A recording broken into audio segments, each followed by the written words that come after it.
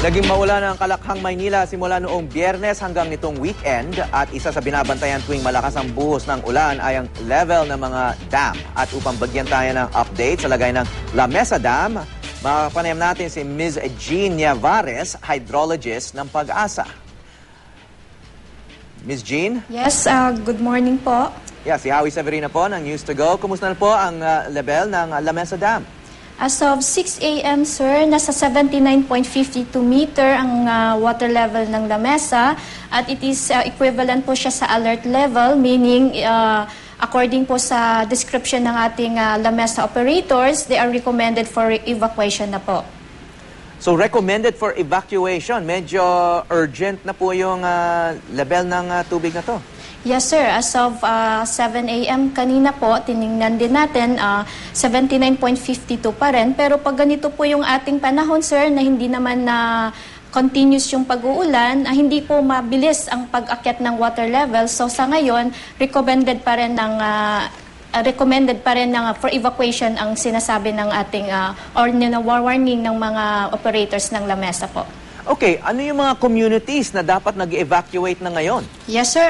Ito po yung mga lugar na malapit po sa ilog. Ito po yung ating sa Quezon City. Meron po tayong sa Fairview, Forest Hill Subdivision, Quirino Highway, Capri, Goodwill Homes, Santa Quiteria at yung sa Barangay San Bartolome. Meron din tayo yung sa Valenzuela, ito yung Barangay Ligon, North Expressway, La Huerta Subdivision at siya yung lugar po ng Malabon. Ito po yung posibleng maapektuhan pag mag-overflow na po yung La Mesa Dam. So may coordination naman po kayo sa mga LGUs na dapat ay namumuno dyan sa mga evacuation plans na yan? Yes, sir.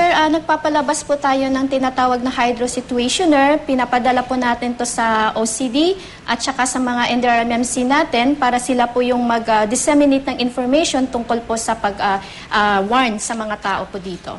Kung tuloy-tuloy ang ulan, gaano kahabang oras pa ang merong mga komunidad para mag-evacuate bago bumaha?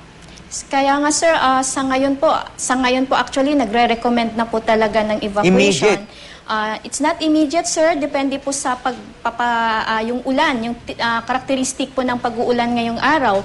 Pag ambon lang po, hindi naman talagang immediate, sir. Pero pag aabot na po talaga sa 79.80, kailangan na po na immediate evacuation na. So, tinitingnan po natin yung ating, ngayon, sir, yung weather.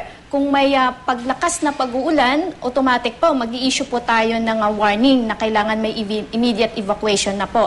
At nakikipag-coordinate po tayo sa La Mesa operators kasi sila po yung nagbibigay ng direct warning po sa mga tao doon.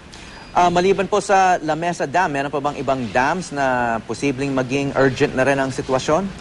Sa ngayon po, medyo lahat po nasa below normal water level. Ibig sabihin na mababa pa po yung kanilang mga water level sa spilling level po. At ngayon po, yung Binga Dam natin, nagpapalabas po sila ngayon ng tubig. 2 gate po yung open nila para po mabawasan po yung pagtaas ng water level nila. Okay, maraming salamat, Ms. Jean Niavares, hydrologist ng Pag-asa. Salamat din po at saka magandang umaga.